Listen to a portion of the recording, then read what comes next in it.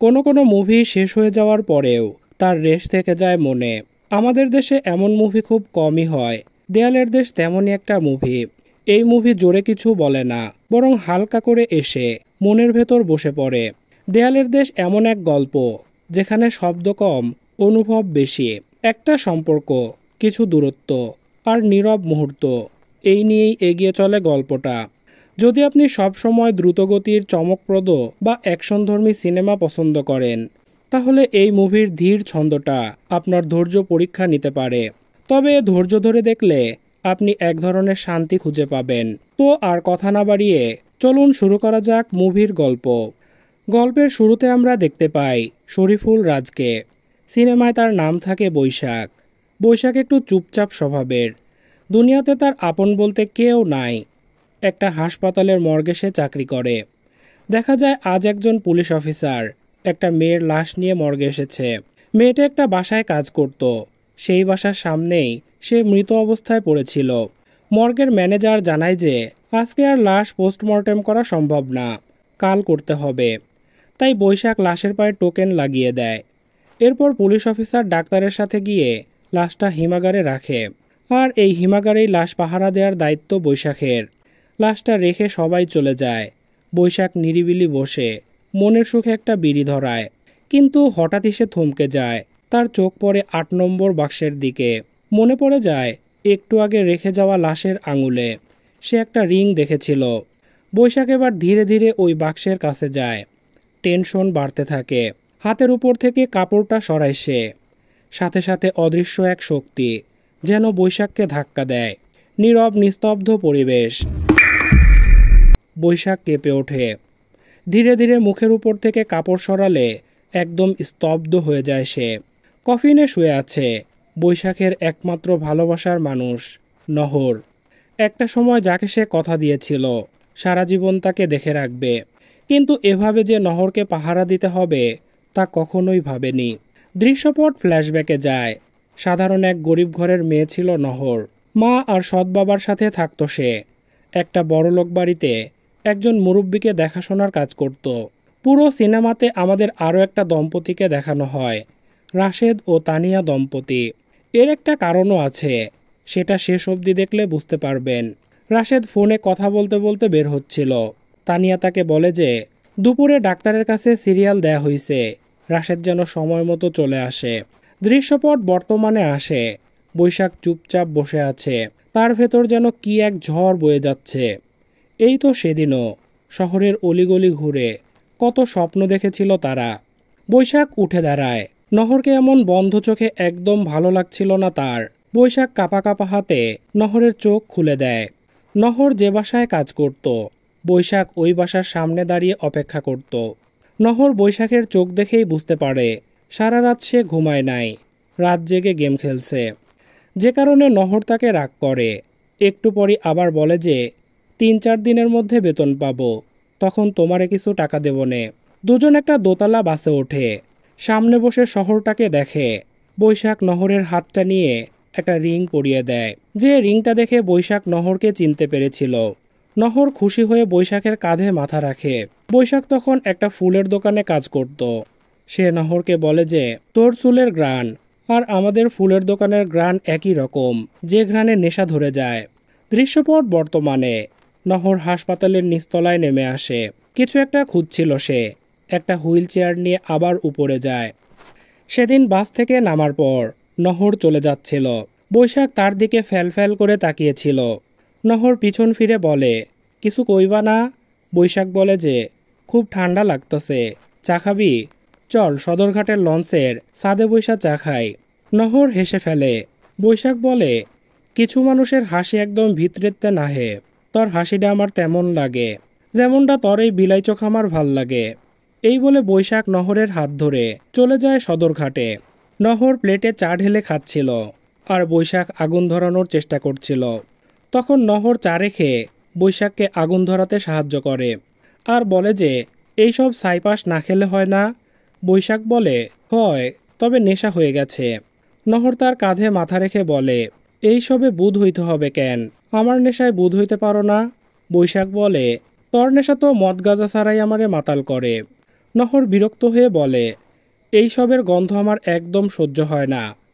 বৈশাখ অপলক নহরের চোখের দিকে তাকিয়ে হাত থেকে সিগারেটটা ফেলে দেয়।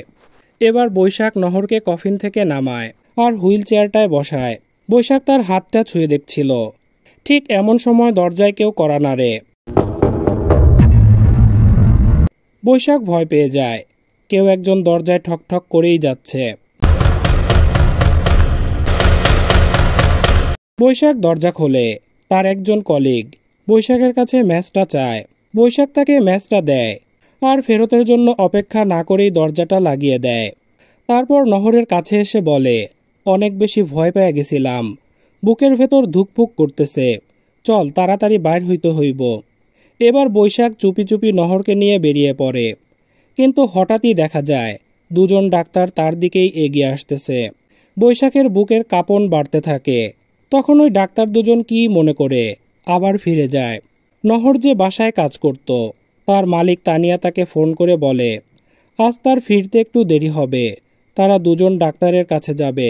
এরপর তানিয়া তার হাজবেন্ড রাশেদকে ফোন দিলে রাশেদ বলে যে সে একটা মিটিংয়ে আটকে গেছে, তাই সে আজ সময় দিতে পারবে না।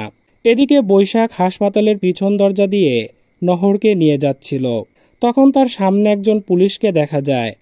ভয়ে বৈশাখের গলা শুকিয়ে আসে এবং সে আড়ালে লুকিয়ে পড়ে। এরপর সে গ্যারেজ দিয়ে তাড়াতাড়ি বের হচ্ছিল। তখন দারোয়ান তাকে ডাক দিয়ে থামায় আর তার কাছে একটা সিগারেট চায়। বৈশাখ এবারও থমকে যায়।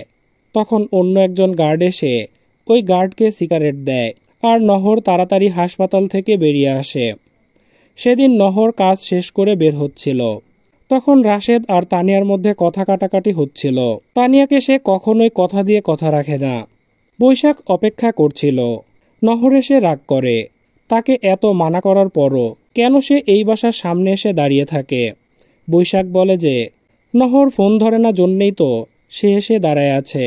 নহর রাগ করে চলে যাচ্ছিল। বৈশাখ ডেকে বলে, তুই এই চাকরি ছাইরা দিবি? নহর কারণ জানতে চাইলে বৈশাখ বলে, তুই মানুষের গতর বইসা দিবি, হাগামোতা পরিষ্কার কইরা দিস, এইটা আমার ভাল লাগে না। নহর বলে যে সে তো মহারানী ভিক্টোরিয়া না যে মানুষে বসায় বসায় খাওয়াবে। এইসব জুয়াবাজি না খেইলা কামাই রুজি করো, আমারে বিয়া কইরা ঘরে তোলো, আমি কাজ ছেড়ে দেব। এই বলে নহর চলে যায়। এদিকে বর্তমান দৃশ্যে দেখা যায় নতুন একটা লাশ আনা হয় মর্গে রাখার জন্য। দরজায় বারবার নক করা হলেও বৈশাখ দরজা খোলে না। ফোন করা হলে ফোনও বন্ধ দেখায়। পুরো হাসপাতাল খুঁজেও তাকে পাওয়া যায় না। বৈশাখ নহরকে নিয়ে সিঁড়ি বেয়ে উপরে ওঠে। তারপর রুমে এসে হুইল চেয়ারে বসিয়ে দেয় আর নহরের কাছে অনুমতি নিয়ে গোসল করতে যায়। একদিন ঝুম বৃষ্টি হচ্ছিল। বৈশাখ নহরের বাসার সামনে দাঁড়িয়েছিল। নহর যখন কাজ থেকে ফেরে বৈশাখ বলে যে আমি কাজ করুম, তোর লগে আর ঝগড়া করবো না, কথা দিলাম। নহর রাগি চোখে বলে, বৃষ্টি মাথায় নিয়ে খাড়ায় আছো কেন এইখানে? বৈশাখ বলে, কাইল রাতে তুই ফোন ধরস নাই কেন? একটুখানি কি কথা কাটাকাটি হইছে? দরজা জানলা সব বন্ধ কইরা দিয়া আমার ফোন না ধইরা থাকস কেমনে তুই? যত ইচ্ছা ঝগড়া করবি কর, মারামারি করবি কর, কথা বলা বন্ধ করতে পারবি না। নহর বলে যে কথা না বললেই কি এভাবে বাড়ির সামনে যেখানে কাজ করি ওইখানে যা দাঁড়াইয়ে থাকতে হইব? বৈশাখ বলে, তুই কেন বুঝোস না? তোর সাথে কথা না কইলে আমার ভাল লাগে না, রাতে ঘুম ধরে না। নহর চলে যাচ্ছিল, সাথে বৈশাখও যাচ্ছিল। নহর জিজ্ঞেস করে, আমার পিছে পিছে কেন আসো?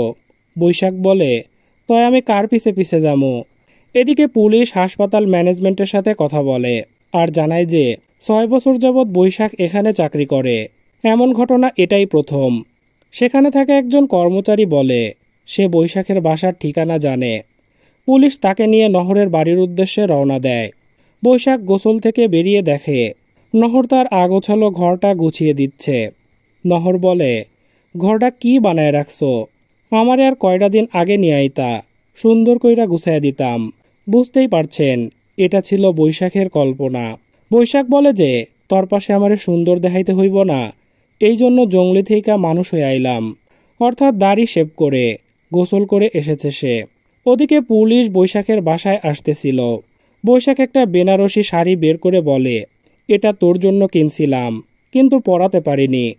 আজ তোকে এই শাড়ি পরায়া বাইরে ঘুরতে নিয়ে যাব।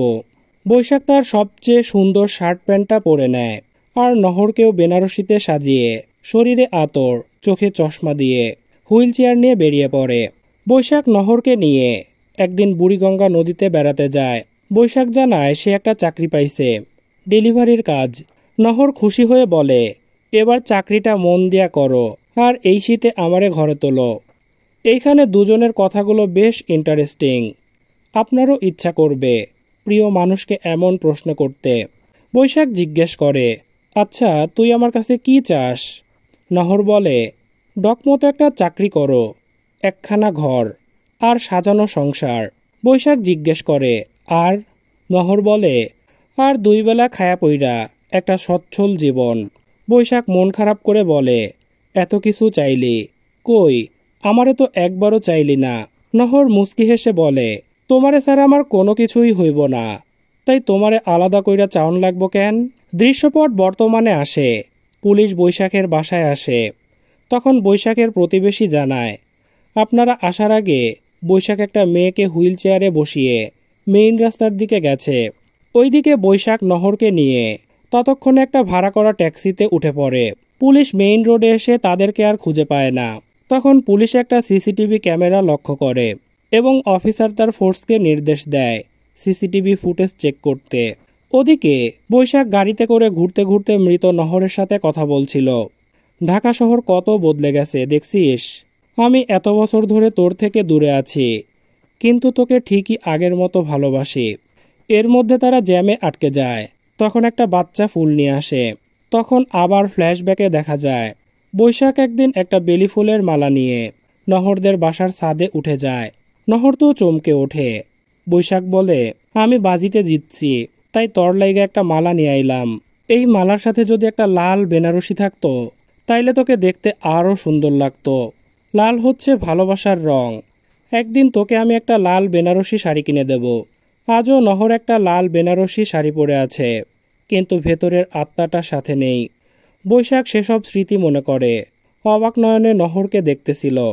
গল্পটা আবারও অতীতে ফিরে যায়। বৈশাখ বাজিতে জেতা টাকা দিয়ে নহরকে নিয়ে এলাকার একটা হোটেলে যায়। সেখানে খাওয়া দাওয়া করে এবং দুজনেই স্বপ্ন দেখে যে তাদের যখন অনেক টাকা পয়সা হবে তখন তারা অনেক দামি হোটেলে খাবে, তাদের জীবনের সব শখ পূরণ করবে। কিন্তু নিয়তির কি নির্মম পরিহাস। বৈশাখ আজ নহরের মৃত বডি নিয়ে ঠিক তাই করতেছে। একটা রেস্টুরেন্টের সামনে এসে তাদের ট্যাক্সিটা থামে। বৈশাখ নহরকে গাড়ি থেকে নামিয়ে ভেতরে যায়। বৈশাখ আর নহরের জন্য খাবার অর্ডার করে। বৈশাখ নহরকে এমনভাবে সাজিয়ে গুছিয়ে রেখেছিল যে তাকে দেখে বোঝার উপায়ই ছিল না সে আসলে একটা ডেড বডি। বৈশাখ খাচ্ছিল আর নহরের সাথে গল্প করছিল। সে নহরকে বলে যে এত বড় হোটেলে আমি জীবনেও আসিনি, এবারই প্রথম, তাও আবার তোকে নিয়ে। তুই তো আমারে আগে কত হাতে তুলে খাওয়াইতি, মনে আছে? আজ আমি তোরে নিজ হাতে খাওয়াবো। এই বলে নহরের মুখে খাবার তুলে দেয়, তবে সেটা আবার সে নিজেই খেয়ে নেয়। এ সময় তার জামাতে কিছুটা খাবার লেগে যায় আর নহরকে রেখে ওয়াশরুমে জামা পরিষ্কার করতে যায়। এ সময় ওয়েটার এসে নহরের কাছে জানতে চায়, আপনাদের কি আর কিছু লাগবে? নহর কোনো কথা বলছিল না, তাই ওয়েটার বারবার জিজ্ঞেস করছিল। এ সময় বৈশাখ চলে আসে আর পরিস্থিতি সামাল দিয়ে তাড়াতাড়ি বিল দিয়ে রেস্টুরেন্ট থেকে বেরিয়ে যায়। এদিকে পুলিশের টিম সিসিটিভি ক্যামেরা দেখে গাড়ি এবং চালকের নাম্বার শনাক্ত করে আর ট্যাক্সির লোকেশনও বের করে ফেলে। এর কিছুক্ষণ পরই পুলিশ সেই রেস্টুরেন্টে এসে হাজির হয়। একজন অফিসার বৈশাখের ছবি দেখিয়ে ওয়েটারকে জিজ্ঞেস করে, এই ছেলে কি আগে এখানে এসেছে? ওয়েটার বলে, হ্যাঁ, হুইল চেয়ারে বসা একটা মেয়েকে নিয়ে এসেছিল। খাওয়া দাওয়া শেষ না করেই দ্রুত চলে গেছে। এদিকে বৈশাখ নহরকে নিয়ে রাস্তায় হাঁটছিল। তখন রাস্তার পাশের এক দোকানের টিভিতে একটা ব্রেকিং নিউজ দেখতে পায় সে। নিউজে বলা হচ্ছে, আজ সকালে রাজধানীতে নহর নামের এক তরুণীর লাশ ঘর থেকে উদ্ধার করা হয়েছে। পরবর্তীতে লাশটি শহীদ সরওয়ার্দী মেডিকেল কলেজ হাসপাতালে নেওয়া হলে সেখান থেকে লাশটি রহস্যজনকভাবে নিখোঁজ হয়ে যায়। তবে এর পেছনে আসল রহস্য কী তা এখনও জানা যায়নি। এটি হত্যা, আত্মহত্যা নাকি স্বাভাবিক মৃত্যু, সবই এখনও রহস্য। এসব শুনে বৈশাখ দ্রুত সেখান থেকে সরে যায়। এরপর সে নহরকে নিয়ে শহরের বিভিন্ন প্রান্তে ঘুরে বেড়ায়। লেকের পাড়ে বসে বৈশাখ নহরের সাথে সময় কাটায়। দৃশ্য আবারও ফ্ল্যাশব্যাকে যায়। বৈশাখ তখন ডেলিভারি ম্যান হিসেবে কাজ করত। তাকে দিয়ে বিভিন্ন জায়গায় মাল সাপ্লাই দেয়া হতো। নহর একদিন জিজ্ঞেস করে, তুমি কি ডেলিভারি দাও? বৈশাখ বলে, জানি না, প্যাকেট করাই থাকে, আমি শুধু ঠিকানা মতো ডেলিভারি দিয়ে আসি। এরপর নহর যখন বৈশাখের সাথে সময় কাটিয়ে বাড়ি ফেরে, তখন তার মা তাকে আড়ালে নিয়ে বলে, তাড়াতাড়ি ভেতরে আয়, পাত্রপক্ষ তোকে দেখতে এসেছে। নহর বলে, দেখতে আইছে মানে? আমারে তোমরা একটাবারও জিগাইবার প্রয়োজন মনে করলা না? নহরের মা বলে, তোর বাপেরে তো তুই চিনোস, সে কি কাউরে কিছু কয়? আর দেখতে আসা মানেই তো বিয়ে হওয়া না। এসব বলে নহরের মা তাকে সাজিয়ে গুছিয়ে পাত্রপক্ষের সামনে হাজির করে। পাত্রপক্ষ তখন নহরকে বেশ পছন্দ করে। এদিকে হঠাৎ করেই বৈশাখের কোনো খবর নাই। সে আর নহরের বাড়ির সামনেও আসে না, এমনকি তার ফোনটাও বন্ধ। রাতে খাবার খেতে বসে নহরের বাবা বলে, ছেলেপক্ষ সামনের মাসে নহরকে তুলে নিতে চায়, খরচাপাতি সব তারাই দেবে, আমাদের কিচ্ছু করা লাগবে না, এত ভালো সম্বন্ধ সে হাতছাড়া করতে চায় না। এমন কথা শুনে নহর খাবার রেখেই উঠে চলে যায়, কারণ তার এই বিয়েতে একদমই মত নেই। রুমে এসে নহর কাঁদতে কাঁদতে বৈশাখকে ফোন দেয়, কিন্তু বৈশাখের ফোন তো বন্ধ। সেদিন রাতটা নহর কাঁদতে কাঁদতেই পার করে দেয়। এরপর নহর বৈশাখের এক বন্ধুর কাছে বৈশাখের খোঁজখবর নিতে যায়। তখন সেই বন্ধু জানায়, বৈশাখ তো এখন জেলে। নহর চমকে ওঠে আর জিজ্ঞেস করে, কি হয়েছে ওর, ও জেলে কেন? তখন সেই বন্ধু জানায়, মাদক চালান দিতে গিয়ে পুলিশের হাতে ধরা খাইছে। নহর তখন সাথে সাথে থানায় ছুটে যায় আর বৈশাখের সাথে দেখা করে। তখন বৈশাখ বলে, আমি শুধু ডেলিভারির কাজ করতাম, প্যাকেটের ভেতর কি থাকতো তা তো আমি জানতাম না। নহর এসব শুনে মন খারাপ করে। তখন বৈশাখ বলে, চাষি ভাইরে বলছি এখান থেকে আমারে সারায় নিতে, সে আমারে খুব তাড়াতাড়ি সারায় নিবে। তবুও নহর বৈশাখের উপর রাগ দেখিয়ে সেখান থেকে চলে যায়। দৃশ্যপট বর্তমানে আসে। পুলিশ খুঁজতে খুঁজতে সেই ড্রাইভারের কাছে আসে আর বৈশাখের কথা জিজ্ঞেস করে। ড্রাইভার জানায় যে আমার গাড়ি থেকে তারা অনেক আগেই নেমে গেছে, আমি ওদেরকে ব্রিজের ধারে নামায় দিয়ে আসছি। এদিকে বৈশাখ নহরকে বলে, মনে পড়ে সেই জায়গার কথা? শেষবার এইখান থেকেই তুই চলে গেছিলি, তারপর আর একটাবারও এখানে আসি নাই। কেন আসি নাই জানোস? তরে ছাড়া বুকের ভেতরটা ফাঁকা ফাঁকা লাগে। এই 7 বছরে মেলাবার ব্রিজের উপর খাড়াইছি, রোজই চাইতাম ঝাঁপ দিয়া মরি, কিন্তু পরে মনে হইতো যে কয়টা দিন তুই আমারে ভালোবাসছস, এই ভালোবাসা লইয়া গোটা একটা জীবন অনায়াসে কাটায় দেওয়া যায়। এসব বলে কাঁদতে কাঁদতে বৈশাখ নহরের মাথায় হাত বুলিয়ে দেয়। এরপর বৈশাখ নহরকে নিয়ে একটা সিনেমা হলে যায়। আবারও দেখা যায় রাশেদ তানিয়ার দাম্পত্য জীবনের ব্যর্থতা। তানিয়ার জীবনে টাকা পয়সা অর্থবিত্ত সব আছে, শুধু নেই ভালোবাসা। তানিয়া রাশেদকে বলে, আমার মনে হচ্ছে আমরা শুধুমাত্র একটা সুখের সংসারের অভিনয় করে যাচ্ছি। তখন রাশেদ বলে, তোমার এমন কেন মনে হয়? তানিয়া বলে, আমি কিছু একটার অভাব বোধ করছি, আর সেটা হচ্ছে ভালোবাসা। যে ভালোবাসা ছাড়া সংসার টেকে না। দুজন দুজনের কাছাকাছি কিংবা একসাথে থেকেও কেমন যেন চরম একাকিত্বের মধ্যে আছি। রাশেদ সব সময় কাজ নিয়ে ব্যস্ত থাকে, কখনো সে তানিয়াকে সময় দেয় না। তানিয়া আফসোস করে বলে, ইউনিভার্সিটিতে থাকা অবস্থায় যখন আমরা প্রেম করেছি, তখনকার সেই তোমাকে আমি এখনো খুঁজি। তখন আমাদের টাকা ছিল না, কিন্তু ভালোবাসা ছিল। আর এখন টাকা আছে, নেই ভালোবাসা। আর এই ভালোবাসা ছাড়া জীবন অর্থহীন। দেখা যায় পুলিশ অফিসার সারাদিন বৈশাখকে খুঁজে বেড়াচ্ছে, কোথাও তারা বৈশাখকে খুঁজে না পেয়ে রাতে আবারও বৈশাখের বাড়িতে আসে এবং তারা রুমের ভেতর তল্লাশি শুরু করে। তল্লাশি করতে করতে রুমের ভেতরে একটা ছবি খুঁজে পায়, যে ছবিতে বৈশাখ নহরের প্রেমের স্পষ্ট প্রতিচ্ছবি ফুটে ওঠে। পুলিশের তখন বুঝতে বাকি থাকে না বৈশাখ নহরের মধ্যে প্রেমের সম্পর্ক রয়েছে। দৃশ্যপট আবারও ফ্ল্যাশব্যাকে যায়। নহরের বাবা বিয়ের দিন ঠিক করে ফেলেছে, কিন্তু বিয়েতে তো নহরের মত নেই। তাই নহর তার মাকে বলে, আমার ইচ্ছার কি কোনো দাম নাই? তখন তার মা বলে, না, তোর বাপ তাদের কথা দিয়ে ফেলছে। তখন নহর জানায়, আমি একজনরে ভালোবাসি, আমরা একলগে সংসার করতে চাই। নহরের মা জানতে চায় সে কি করে। নহর মাথা নিচু করে বলে, ওর নাম বৈশাখ, এখন জেলে আছে। বৈশাখ তার অজান্তে মাল ডেলিভারির কাজ করতে গিয়ে ফাইসা গেছে। খুব তাড়াতাড়ি সে ছাড়া পাবে। এসব শুনে নহরের মা বলে, তোর বাপকে এই কথা কিভাবে বলবো? নহর মাকে অনুরোধ করে বলে, তুমি একটু বাবারে বুঝাও। এরপর নহরের মা স্বামীর কাছে গিয়ে বলে, এই বিয়েটা তুমি ভাইঙা দাও। নহরের এই বিয়েতে মত নাই। কিন্তু সে বলে, সম্ভব না, আমি কথা দিয়ে ফেলেছি।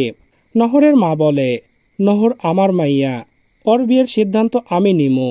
এই কথা বলাতে নহরের বাবা তাকে খুব করে শায়েস্তা করে। দৃশ্যপট বর্তমানে আসে। সারাদিন ঘোরাঘুরি করে বৈশাখ নহরকে নিয়ে বাসায় ফিরে আসে। এরপর ফ্রেশ হয়ে নহরের জন্য খাবার বাড়ে এবং খাওয়া দাওয়া শেষ করে বৈশাখ নহরের সাথে টিভি দেখে আর দুঃখ করে বলে, আমি একটা জিনিস খেয়াল করে দেখছি, আমার প্রতিটা চাওয়ার মাঝেই ভাতের কাটার মতো কিছু একটা লুকাইয়া থাকে। তাই কোনো চাওয়াই পূর্ণ হয় না। যারে একান্তই পাইতে চায় তার এই ফালায় রাইখা চলে আসতে হয়। এরপর সে নিজেকে সান্ত্বনা দিয়ে বলে, তরে না পাইয়া ভালোই হইছে। তরে পায়া গেলে তো আর তরে না পাওয়ার আক্ষেপ থাকতো না। তরে পায়া গেলে তো আর তরে না পাওয়ার কষ্ট পাওয়া হইতো না। দৃশ্যপট আবারও ফ্ল্যাশব্যাকে যায়। বৈশাখের জামিন হয়ে গেছে, তাই সে জেল থেকে ছাড়া পায়। এদিকে নহরের মা নহরকে খুঁজতে খুঁজতে ছাদে যায়। তখন সে দেখতে পায় যে নহর ছাদ থেকে লাফ দেওয়ার চেষ্টা করছে। এটা দেখে তার মা চিৎকার করে ওঠে। নহরের মা নহরকে বলে, পরপর 3টা বাচ্চা নষ্ট হওয়ার পর তুই আমার গর্ভে এলি। তোর যখন জন্ম হয় তখন ব্যথায় যেন আমার নাড়ি বুড়ি ছিঁড়ে যাওয়ার অবস্থা। এরপর তোর বাপ আরেকজনরে বিয়া কইরা আমারে সাইরা দিল। আমি তোরে কোলে কইরা এই লোকটারে বিয়া করলাম যাতে তুই ভালো থাকোস, যাতে তোর মুখে 2 বেলা 2টো খাবার দিতে পারি। নহর তখন বলে, ওই লোকটা তোমারে এত মারে, তারপরও এই লোকটার কাছে পইরা আছো কেন? চলো আমরা দুজন অন্য কোথাও চলে যাই, আলাদা করে থাকি। আমি যা বেতন পাই তা দিয়ে দুজন চলতে পারবো। কিন্তু তার মা বলে, সেটা হয় না। হাজার হলেও সে আমার স্বামী। আমার খারাপ সময় সে আমার সঙ্গে ছিল। এরপর নহর তার মাকে বলে, আমি সত্যি বৈশাখকে অনেক ভালোবাসি। ও আমারে ছাইরা থাকতে পারবে না। ওর জীবনে আমি ছাড়া এই পৃথিবীতে আর কেউ নাই। এতিমখানায় মানুষ তো, এই পৃথিবীতে ও বড্ড একা। দৃশ্যপট বর্তমানে আসে। বৈশাখ নহরকে বিছানায় শুইয়ে দেয় আর সেও পাশাপাশি শুয়ে নহরকে জিজ্ঞেস করে, এখন আমারে আগের মতোই ভালোবাসোস? বৈশাখ মৃত নহরের সাথে সারা রাত গল্প করে কাটিয়ে দেয়। সে নহরকে বলে, তুই বলছিলি একদিনের জন্য হলেও আমার লগে সংসার করবি, আমি তোর কথা রাখছি। বৈশাখ আরও বলে, দেখ, ঘুমে আমার চোখ বন্ধ হইয়া আইতাছে, তারপরও আমি ঘুমাইতে পারতেছি না। মানুষের যখন খুব কষ্ট হয় তখন মানুষ ঘুমাইতে পারে না, আবার মানুষের যখন খুব আনন্দ হয় তখনও মানুষ ঘুমাইতে পারে না। আমার যে এখন কোনটা হইতাছে আমি এটাই বুঝতাছি না। অতীতের একটা দৃশ্যে দেখা যায়, নহর সেই বাসায় আবারও কাজ করতে যায়, কিন্তু সব সময় তার মন মরা থাকতো। তাই তানিয়া তাকে বলে, বেশ কিছুদিন ধরে খেয়াল করছি তোমার মন খারাপ। বৈশাখ আর বাড়ির সামনে আসে না, কি হইছে বলো তো? নহর বলে, বাবা আমার বিয়া ঠিক করছে। তানিয়া বলে, তাহলে এখন কি করবা? নহর বলে, তারে আমি যেমন ভালোবাসি আমি আমার মায়েরও তেমন ভালোবাসি। আমি তার সাথে চলে গেলে বাপে মায়ের উপর অনেক অত্যাচার করব। আচ্ছা আপা, আপনার একটা প্রশ্ন করি, আপনি কি স্যারের ভালোবাসেন? তানিয়া বলে, আমার মনে হয় আমাদের মধ্যে আর কোনো ভালোবাসা নাই। নহর বলে, তারপরও একলগে থাকতাছেন? তানিয়া বলে, আসলে বিয়েটা তো দুজন মানুষের মধ্যে হয় না, দুটো পরিবার, দুটো বংশ, দুটো সমাজের মধ্যে হয়। সংসার করাটা হচ্ছে একটা অভ্যাস, তাই অনেক সময় ভালো না লাগলেও সংসার করতে হয়। পরদিন নহর আর বৈশাখ লঞ্চঘাটে দেখা করে। নহর তার বাবার ঠিক করা বিয়েতে রাজি হইছে। বৈশাখ বলে, এইটা তুই কেমনে পারলি? আমি কাজ কাম করি না, মাল নিয়া ধরা খাইছি, এই জন্য।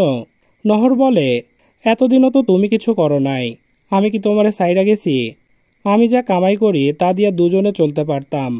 বৈশাখ বলে, তাইলে তুই আমারে সাইরা দিতাছস কেন? নহর বলে, তুমি তো জানোই আমি সৎ বাবার ঘরে মানুষ। বাপের কথার বিরুদ্ধে গেলে বাপ মায়েরে মারে। জন্মের পর থেকে মায়েরে শুধু বাপের হাতে মায়ের খাইতেই দেখছি। বাপ ভালো সম্বন্ধ পাইছে, তাই সম্মতি জানাইয়া দিছে। বৈশাখ নহরের পায়ের কাছে বসে পড়ে, পা ধরে কান্নাকাটি করে বলে, আমারে সাইরা যাইস না। কিন্তু নহর কিছুই বলতে পারে না। পাহাড় সমান কষ্ট বুকে চাপা দিয়ে কাঁদতে কাঁদতে চলে যায়। বৈশাখ তাকে ধরে রাখতে পারে না। এর কয়েকদিন পর নহরের বিয়ে হয়ে যায়। আর বৈশাখ পাগলের মতো এদিক ওদিক ঘুরে বেড়ায়। নহরকে হারানোর যন্ত্রণা সে সহ্য করতে পারে না। দৃশ্যপট বর্তমানে আসে। তানিয়া তাদের এই সুখের সংসারের অভিনয় আর করতে চায় না। সে রাশেদকে বলে, অনেক দিন তো পরিবারের জন্য সংসার করলাম, এবার নিজের জন্য বাঁচা উচিত। দুজনের মধ্যে বন্ধুত্বটাই না থাকলে সংসার করা যায় না। আমাদের প্রেম তো সেই কবেই মরে গেছে, বন্ধুত্বটাও অবশিষ্ট নাই, তাই এভাবে আর সংসার করা যায় না। তানিয়া এবার একা বাঁচার সিদ্ধান্ত নিয়েছে। পরদিন সকালে বৈশাখ নহরের ডেড বডি নিয়ে চায়ের দোকানে চা খেতে আসে। দুজনের জন্য চা অর্ডার করে। নহর চিনি ছাড়া চা খেত, তাই বৈশাখ নহরকে বলে, কি ভাবছিলি ভুইলা যামু? তোর অভ্যাস নিয়মকানুন, তোর চলন বলন কিচ্ছু ভুলি নাই। এরপর বৈশাখ নহরের মতো করে চা খায়। আর তখনই তার পেছনে পুলিশ অফিসার এসে দাঁড়ায়। বৈশাখ তাদের লাভ স্টোরি পুলিশকে খুলে বলে, বেঁচে থাকতে তো পারি নাই, তাই ওর ডেড বডির সাথে একটা দিন কাটাইলাম। আমি আমার কথা রাখছি। বৈশাখের এমন ভালোবাসা দেখে পুলিশের আর কিছুই বলার থাকে না। সে শুধু বলে, কেসটা শেষ করার জন্য হাসপাতালে যেতে হবে, বেশি দেরি করলে লাশে পচন ধরবে। বৈশাখ নহরের ডেড বডি নিয়ে হাসপাতালে চলে আসে।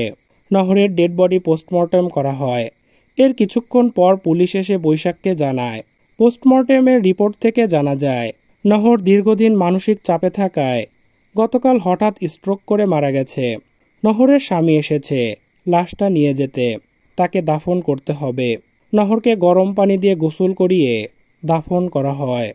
আর বৈশাখ নহরের কবরের পাশে আরেকটি কবর খুঁড়ে সেই কবরে শুয়ে থাকে। আর এখানেই শেষ হয় বৈশাখ আর নহরের না পাওয়া গল্পটি। এই গল্পে খুব সুন্দরভাবে আমাদের জীবনের তিনটা দিক তুলে ধরা হয়েছে। প্রথমত, দুজন ভালোবেসে বিয়ে করেও সুখী হতে পারেনি। তাদের সব আছে, ঘরবাড়ি, টাকা পয়সা, গাড়ি, সম্পদ, সবকিছু থাকার পরেও তাদের মধ্যে নেই ভালো থাকার চেষ্টা, নেই শুরুর মতো ভালোবাসা। আছে শুধু দুজনের থেকে দুজন পালিয়ে বেড়ানোর এক অদৃশ্য দৌড়ঝাঁপ। দ্বিতীয়ত, তাদের কিছুই নেই, ভালো ঘরবাড়ি, টাকা, গাড়ি কিংবা ভালোবাসা কিছুই নেই। সমাজের দোহায় এবং স্বামীর পায়ের নিচে স্ত্রীর বেহেশত, এটুকুর আশাতেই নির্জীব হয়ে গোটা জীবন কাটিয়ে দেওয়ার গল্প।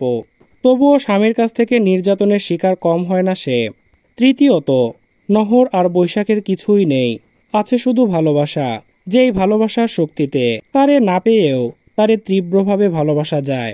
তাকে এক নজর দেখার জন্য পাগলের মতো ছুটতে ছুটতে নিমেষেই তার কাছে যাওয়া যায়। আর সবচেয়ে বড় কথা, তাকে দেওয়া কথা রাখতে তার লাশের সাথে সংসার করা যায়। একদিনের সংসার। তার কবরের পাশে নির্দ্বিধায় নিজের কবর খুঁড়ে সেখানে স্বেচ্ছায় লাশ হয়ে থাকা যায়। গল্পটা কেমন ছিল আপনার মতামত কমেন্ট করে জানিয়ে দিবেন। আজ বিদায় নিচ্ছে। আল্লাহ হাফেজ।